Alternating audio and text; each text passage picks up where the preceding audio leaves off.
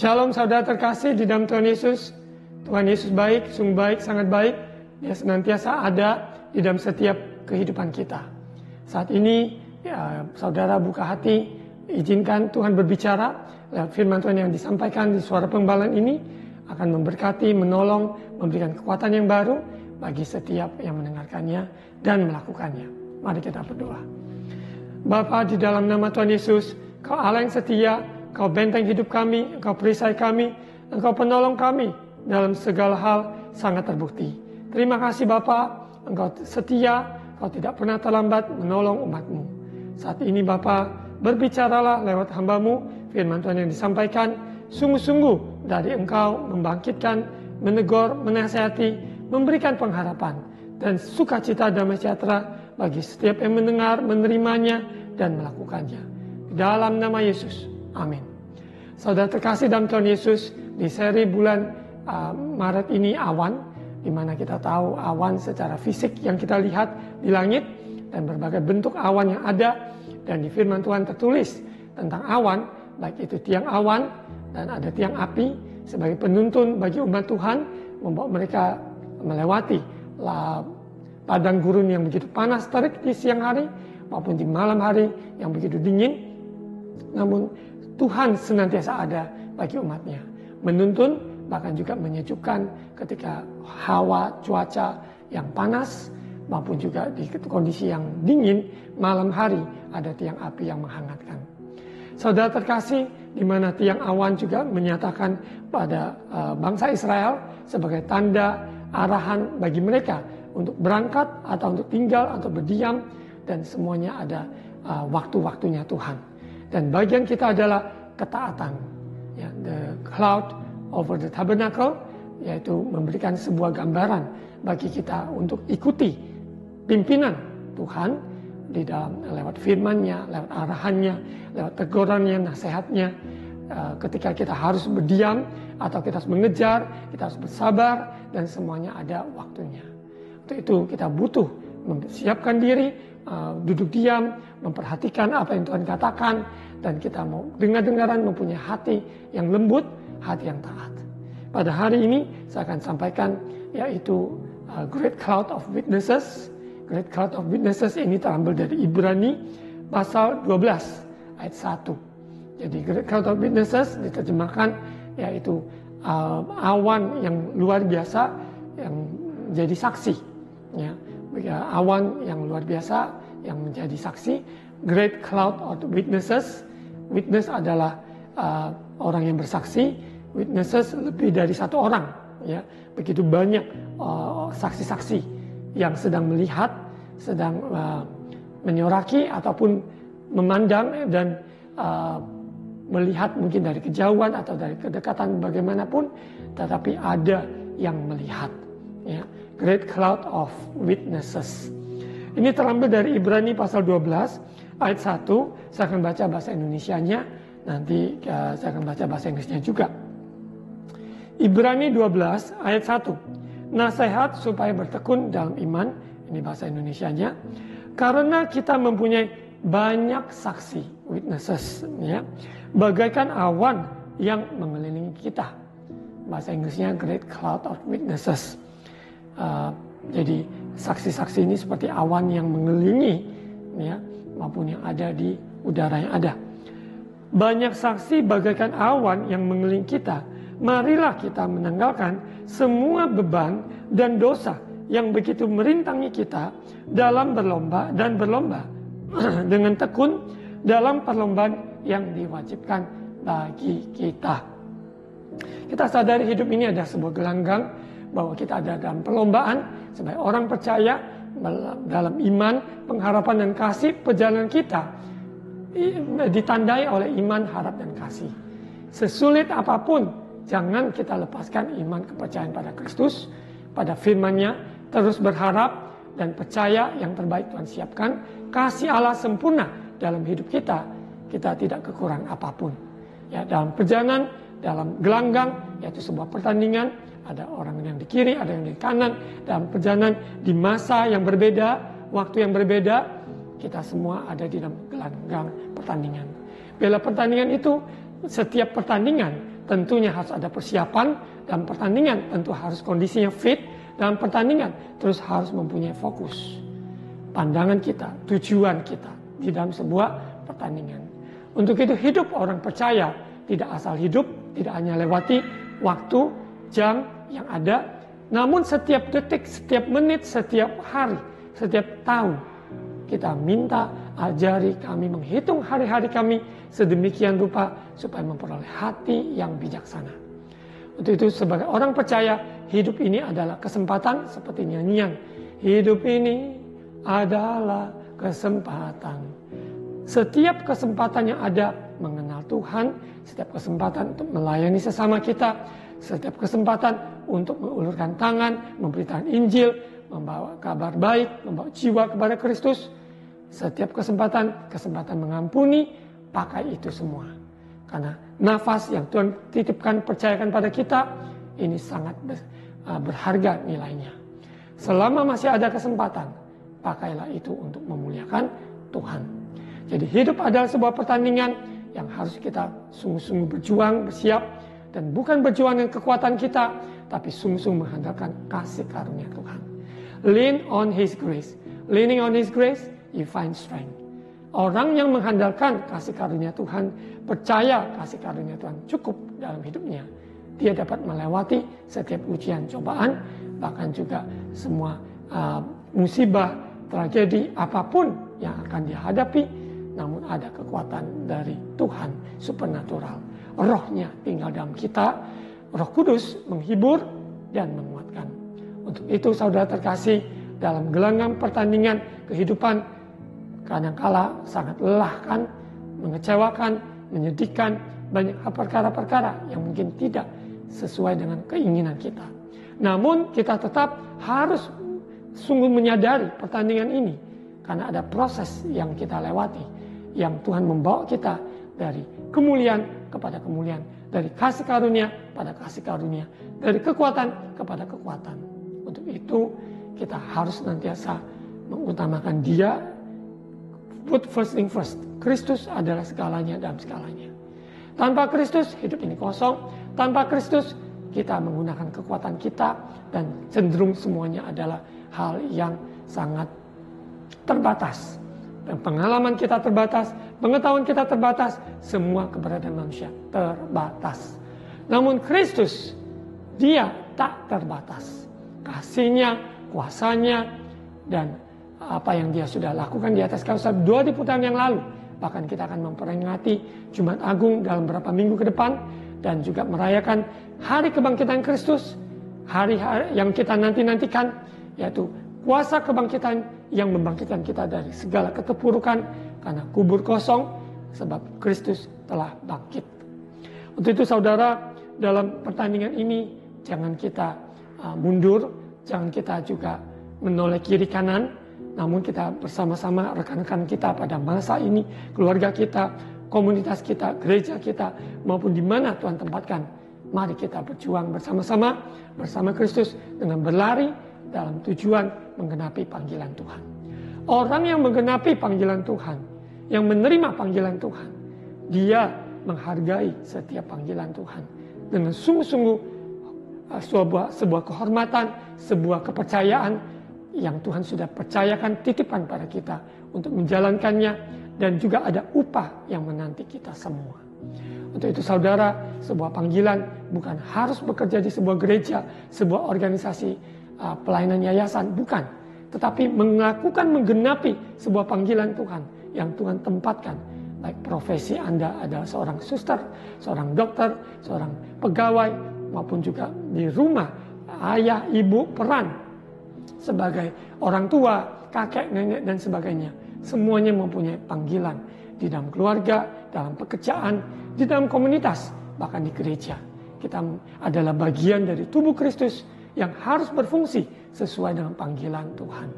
Contoh, tubuh ini ada tangan, ada kaki, ada bagian-bagian organ tubuh yang ada, semuanya peletakannya tepat seperti yang dibutuhkan untuk berfungsi maksimal dalam perjalanan kita sebagai manusia. Dan tentunya ada satu yang sakit, kita juga merasa sakit. Untuk itu kita harus saling doakan, saling menguatkan, saling memberkati, saling memberikan nasihat di dalam kebenaran, di dalam kasih Tuhan. Kita lihat di bahasa Inggrisnya, Hebrew chapter 12 verse 1. Hebrew chapter 12 verse 1, judulnya adalah dari NIV, God disciplines His sons. Kalau kita dengarkan disiplin, rasanya, wah ini kata-kata yang kurang enak. Tapi ingat, Tuhan mendisiplinkan anak-anaknya. Dan kita sadari, itu adalah didikan Tuhan. Didikan Tuhan selalu membawa kita lebih dari pemenang. Didikan Tuhan selalu membawa kita lebih baik dari hari-hari sebelumnya. Orang yang dididik, ya, dididik dalam segala hal, dalam bagaimana berumah tangga, menggunakan uang, berusaha, pekerjaan, membangun sebuah komunitas dan pelayanan, semua butuh didikan Tuhan. Dan disiplin ini juga secara didikan, ajaran, dan juga hajaran. Tentunya ini tidak hal yang enak. Kalau sesuatu mungkin perlu dikoreksi, kita harus siap dikoreksi. Kalau ada teguran karena jalan kita melenceng, kita harus juga siap untuk diluruskan supaya kita di dalam jalannya Tuhan. First one, therefore, since we are surrounded by such a great cloud of witnesses, let us throw off everything that hinders and the sins that so easily entangles, and let us run with perseverance the race marked out for us. Therefore, untuk itu,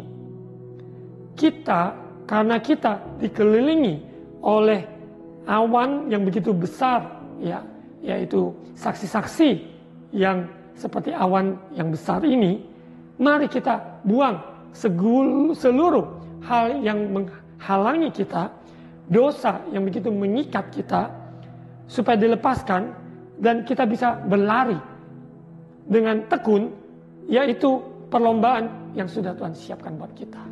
Karena sebuah perlombaan gelanggang, kalau kita kedodoran dengan sebuah beban-beban yang nggak perlu kita bawa, sehingga di dalam pertandingan tersebut kita keberatan dengan beban tersebut. Biarlah kita tanggalkan semua beban, yaitu dosa, yaitu sesuatu yang tidak selaras dengan firman. Kita harus berani tinggalkan, ya, apa yang kita tonton, apa yang kita dengar, apa yang kita ucapkan, apa yang kita pikirkan, bahkan apa yang kita perbuat. Ada Roh Kudus yang mengisapkan, menuntun, mengajar kita bahwa ini benar, ini tidak benar, ini jujur, ini tidak jujur, dan banyak hal yang Dia akan singkapkan. Kita harus berani siap untuk tanggalkan semua itu. Sehingga di dalam gelanggang tersebut, kita dapat berlari dengan maksimal, sebebas-bebasnya. Dan di sini dikatakan therefore, untuk itu, berarti kita harus lihat chapter sebelumnya. Pasal sebelumnya adalah tentang iman. Pahlawan-pahlawan iman dari Abraham, Ishak, Yakub, Gideon, Abraham, dan sebagainya. Begitu banyak, yaitu yang disebut dari pasal 11, seluruhnya adalah contoh-contoh pahlawan iman yang tertulis dalam tokoh Alkitab. Dan saudara dan saya, kita juga sebagai pahlawan iman dalam konteks di zaman kita, dengan keberadaan kita saat ini.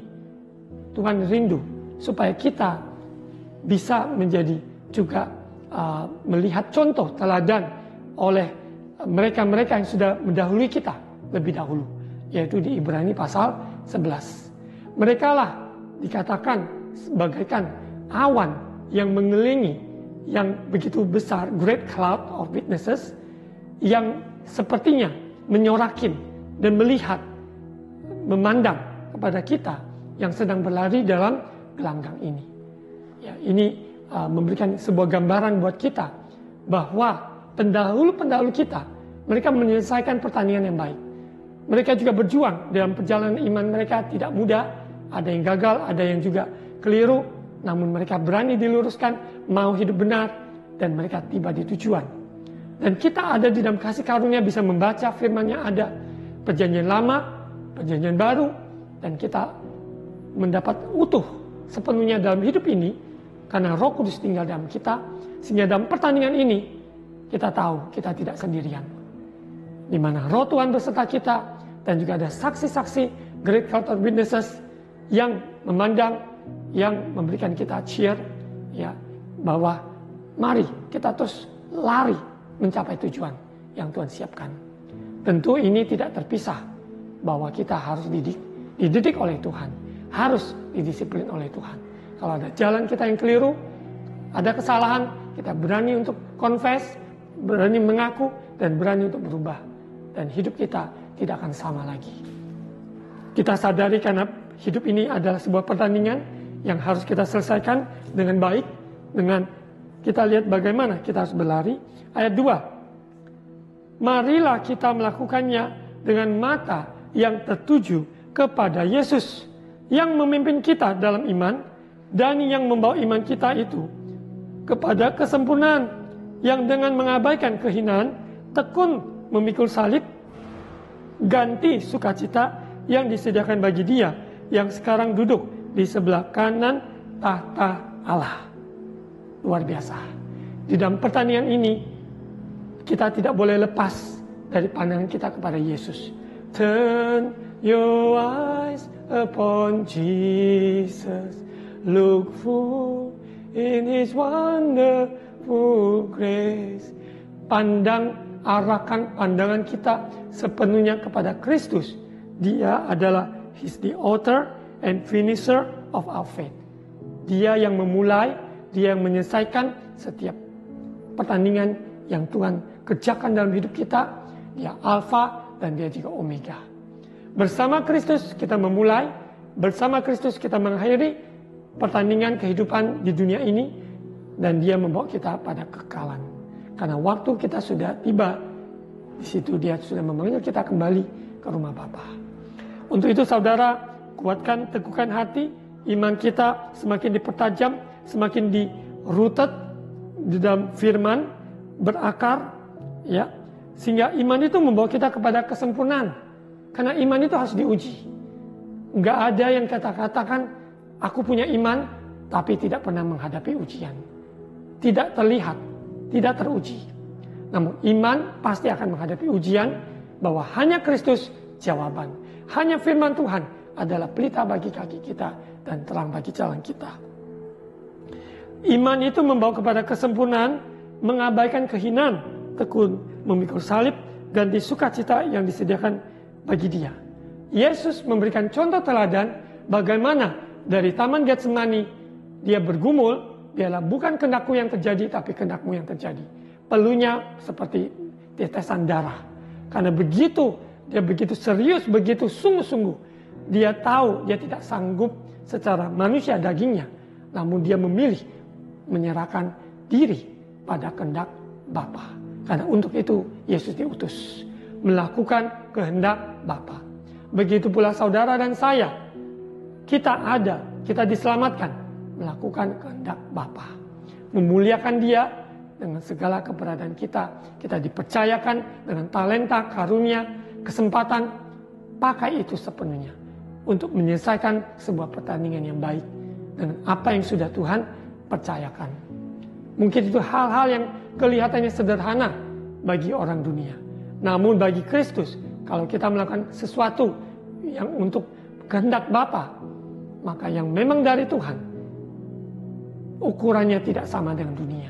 Kita harus menyadari melakukan kehendak Bapa itu mungkin saja tidak glamor, mungkin saja tidak prestigious, mungkin saja tidak diingat orang. Namun kalau kita melakukannya untuk Tuhan, bahwa Tuhan yang memberikan beban ilahi dalam hidup kita untuk melakukannya, maka itu adalah pertandingan yang kita bisa mengakhiri dengan baik. Dengan mata kita tertuju pada Yesus, Yesus tidak menganggap itu sebuah kehinaan, tapi Dia tahu bahwa ada sukacita di balik salib. Di balik salib ada kemenangan karena Dia melakukan kehendak Bapa.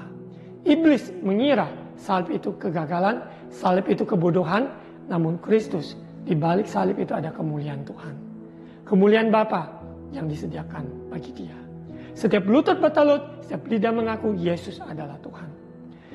Saya bersyukur dalam doa puasa 40 hari menyambut Paskah, setiap pribadi yang sudah mengambil bagian atau bagi mereka yang mungkin secara fisik, kesehatan tidak memungkinkan untuk bergabung, namun kita semua renungkan karya Kristus di kayu salib, memikul salib, Dia dengan tekun ganti sukacita yang sudah Tuhan siapkan, yaitu di sebelah kanan tata Allah.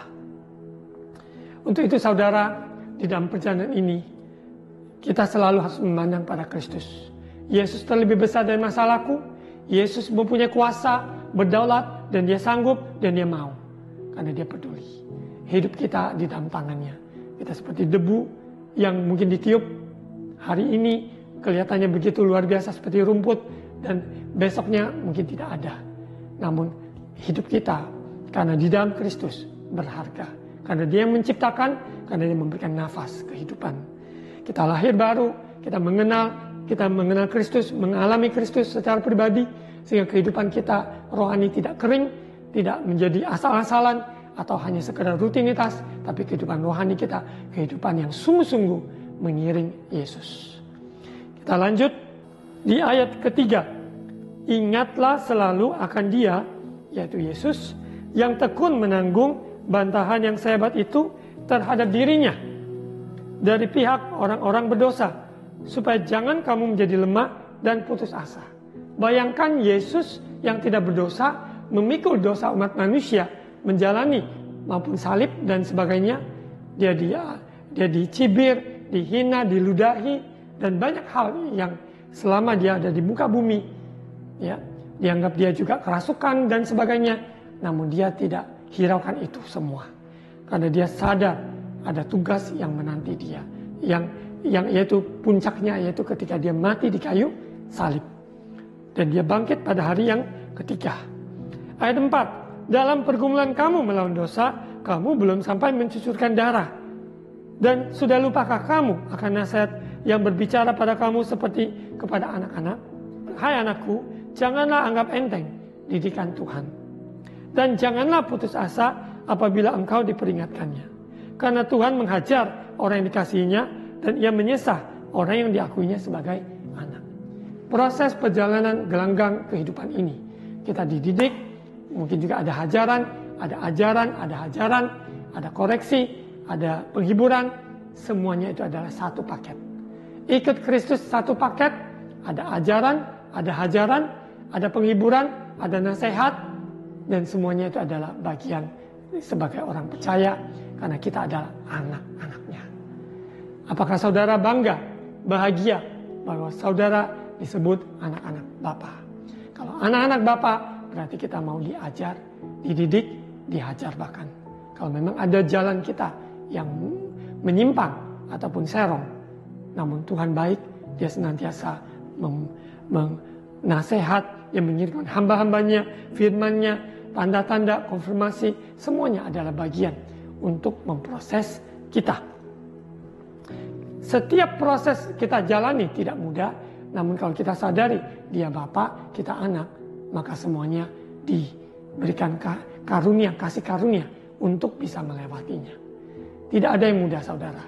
Termasuk saya mengalami apa yang saya alami, tidak mudah. Namun ada Tuhan, ada kasih karunia-Nya, kuasa Roh Kudus, menghibur, menguatkan, menegur, bahkan menginsafkan. Ayat 7, jika kamu harus menanggung ganjaran, Allah memperlakukan kamu seperti anak. Di manakah terhadap anak yang tidak dihajar oleh ayahnya? Tetapi jika kamu bebas dari ganjaran yang harus diderita setiap orang, maka kamu bukanlah anak, tetapi anak-anak gampang. Kita adalah anak-anak Bapa yang memang mendapat didikan. Bukan anak manja, spoiled kids, ya, bukan. Kita bukan anak yang rusak karena dimanja, tapi kita adalah anak-anak yang berpengertian, anak-anak yang turut mau bergabung bersama Bapa kita melakukan pekerjaan yang sudah Dia embankan, dan kita dengan sukacita bersama Bapa menikmati persekutuan, dan dalam perjalanan ini kita bertumbuh dewasa. Hari-hari penghujung akhir zaman, hamba-hamba Tuhan mempunyai tanggung jawab besar, sungguh-sungguh mempersiapkan umat Tuhan supaya mereka dewasa rohani, berakar dalam Kristus, berfokus pada Kristus, menjadi berkat, menuai banyak jiwa-jiwa di tuaian akhir, tuaian yang besar.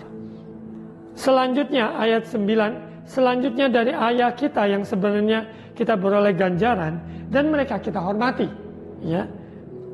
Kalau demikian, bukankah kita harus lebih taat kepada Bapa segala roh supaya kita boleh hidup? Sebab mereka, yaitu Bapa kita yang di dunia, mendidik kita dalam waktu yang pendek sesuai dengan apa yang mereka anggap baik. Tetapi Dia menghajar kita untuk kebaikan kita supaya kita beroleh bagian dalam kekudusannya. Jadi ingat saudara, great cloud of witnesses, ada saksi-saksi yang mengelilingi kita seperti awan yang luar biasa, great cloud yang banyak, yang besar. Pendahulu-pendahulu kita, mungkin kakek kita, nenek kita, bahkan pahlawan-pahlawan iman, tokoh yang ada di dalam Ibrani 11, sudah memberikan contoh teladan bagaimana mereka berlari di dalam gelanggang hidup mereka. Bila itu menjadi semangat buat kita, menjadi panduan, contoh yang baik kita ikuti, contoh yang buruk jangan kita hindari. Jangan kita ikuti. Kita harus belajar untuk meninggalkan jejak bagi generasi berikutnya. Bagaimana kita mengakhiri pertandingan ini. Jadi kita adalah saksi-saksi yang nyata yang juga akan menjadi great cloud of witnesses bagi anak cucu kita yang suatu hari kita sudah tidak ada. Sekalipun kita tidak ada, tapi ajaran nasihat yang kita sampaikan, yang kita bagikan lewat kesaksian hidup kita, itu akan membekas, akan membawa pengaruh pada generasi-generasi berikutnya, turun-temurun. Ya, itulah great cloud of witnesses. Sebagai penutup, kita sadari bahwa setiap ganjaran tidak mudah, tidak enak. Namun kalau kita sadari tujuan didikan Allah, yaitu membawa kita kembali pada jalannya, membawa kita menghormati Dia lebih dari sebelumnya yang kita tidak anggap enteng karena kita tidak melihat Dia. Tuhan itu hadir, namun seringkali manusia menganggap enteng bahwa Dia tidak ada karena tidak terlihat. Namun rohnya ada. 2-3 orang berkumpul dalam nama Yesus, Dia hadir dan Dia ada beserta kita. Sekalipun kita tidak merasakan ataupun kita melihat secara kasat mata. Sebagai penutup ayat 11. Memang tiap-tiap ganjaran pada waktu ia diberikan tidak mendatangkan sukacita, tetapi duka cita. Tetapi kemudian yang menghasilkan, yaitu apa? Buah kebenaran.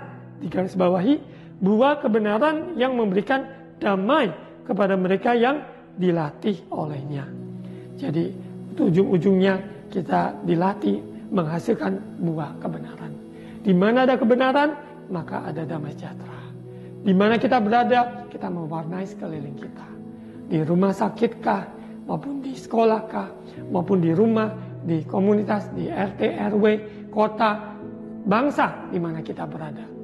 Kita adalah terangnya Kristus, lighthouse. Kita juga adalah garam dan terang bagi sekeliling kita. Saudara terkasih, tetap semangat, tetap kuat, sehat di dalam Tuhan. Dalam beberapa minggu ke depan mempersiapkan diri menyambut Paskah. Sungguh-sungguh kita sadari ada pahlawan-pahlawan iman sebelumnya. Bahkan kakek nenek kita yang sungguh-sungguh ikut Tuhan. Mereka lah great cloud of witnesses. Saksi-saksi yang seperti awan yang menjadikan panutan buat kita. Untuk kita bertempur, jangan kita semakin goyah, tapi kita semakin kuat di dalam mengikut Tuhan. Dan itu menjadi bekal buat generasi berikutnya yang melihat saksi-saksi ini. Mari kita berdoa. Tuhan Yesus, terima kasih atas firman-Mu. Firman-Mu ya dan amin. Dalam perjalanan hidup kami tidak mudah. Ada proses, ada didikan, ada hajaran, ada ajaran. Bila kami dengan hati yang lembut mau menerimanya. Kami adalah anak-anak-Mu Bapa. Engkau Bapa yang sempurna, Bapa yang baik, dan Bapa yang menyediakan, dan Bapa yang juga yang menghibur kami. Terima kasih Bapa, Roh Kudus meteraikan firman Tuhan, saksi-saksi yang nyata bagaikan awan ini menjadi bekal buat kami, juga buat generasi berikutnya, sehingga kami dapat tinggalkan jejak-jejak yang bagi mereka dapat menjadi contoh bagi mereka dalam mengiring Kristus. Terima kasih Bapa, meteraikan firman-Mu, berkati bangsa negara kami Indonesia, berkati juga hasil pemilu, pelantikan pemerintahan yang baru, semuanya Tuhan yang turut bekerja buat bangsa kami. Terima kasih Bapa, kota demi kota, desa demi desa, pulau demi pulau dilawati oleh Tuhan. Kemuliaan-Mu dinyatakan. Berkati gereja-gereja Tuhan, ikat dengan tali kasih-Mu. Kristus adalah kepala gereja, sehingga umat Tuhan disiapkan menjadi dewasa rohani dan takut akan Tuhan. Roh Kudus berkarya bekerja lewat hamba-hamba Tuhan yang terpanggil, yang sungguh-sungguh memberitakan kabar baik keselamatan. Terima kasih Bapa, terima kasih Tuhan Yesus. Saudara terkasih, mari angkat kedua tangan, terima ucapan berkat. Tuhan memberkati engkau dan melindungi engkau. Tuhan menyinari engkau dengan wajah-Nya dan memberi engkau kasih karunia.